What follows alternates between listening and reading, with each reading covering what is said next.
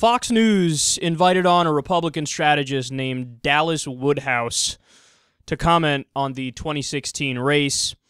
Now, that was a big mistake because he said some stuff that you would expect from a guy named Dallas Woodhouse. Dallas, let's start with you. Which of the Republicans so far are worrying Democrats the most, do you think? Well, I'll answer that question. I'll answer that question real quick, but I'll tell you the candidate they ought to be most worried about is their own, because Hillary has turned out to be stale, moldy, and unprepared.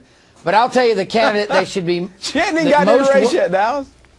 Well, she's been in the race for 40 years. I mean, the candidate they ought to be most worried about, I think, right now is Scott Walker, because he has a compelling narrative. Jeb Bush is raising a lot of money. I think those two candidates have raised themselves above the bar for everybody else. Ted Cruz got in. He had a decent launch. Right. Rand Paul, I sort of agree with Brian Kilmeade, what he was saying a few minutes ago, that, you know, that his sort of worldview may not be fitting the world as a lot of people see it right now. He's got to prove, in my opinion, Rand Paul's got to prove that he will nuke a Muslim country if we have to.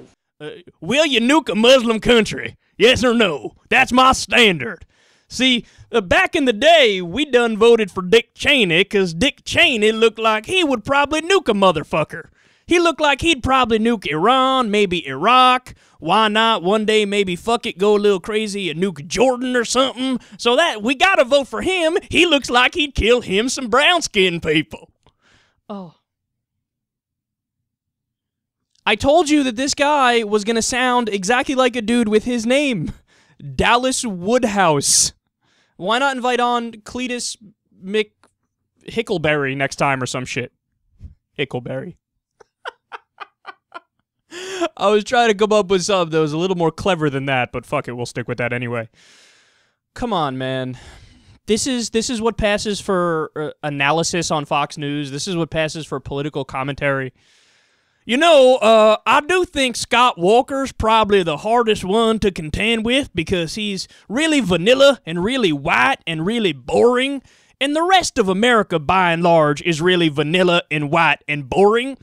And we figure he's a good lockup because, you know, he likes to pretend like he's Ronald Reagan, and Republicans love people who pretend to be Ronald Reagan. I rest my case. Dallas Woodhouse. He even said in the middle there, which really shows you how corrupt our politics are today and just how rotting this system is. He goes, well, Scott Walker's probably number one, but Jeb Bush is raising a lot of money. Even fucking Dallas Woodhouse is aware of just how much money has corrupted our political system. Only requirements: raise a lot of money, sell out to the establishment, ignore the people, and bomb Muslim countries. That's all you got to do to be a Republican political candidate. Well, thank you, Dallas, for confirming everything that we thought all along. You know, Rand Paul ain't really willing to nuke nobody, so I don't think he's ready for prime time yet. See, all the Republican candidates, they have to be on the verge of committing a genocide at all times. And how would it work, man? See, that's the thing. This shows you how myopic and xenophobic Republicans are. That it's not like there's never even any clarifying statements or qualifying statements. It's never like, well, you know, maybe we have to nuke if ISIS takes over Saudi Arabia and somehow they get their hands on some nukes and they're about to do something to us, so we got to do it back to them. It's never like, let me walk you through something that's logical. It's just you go from step 0 to step 123. You know, you should have to nuke somebody in order to be a political candidate. You should have to be willing to kill a metric fuck ton of people. Or not.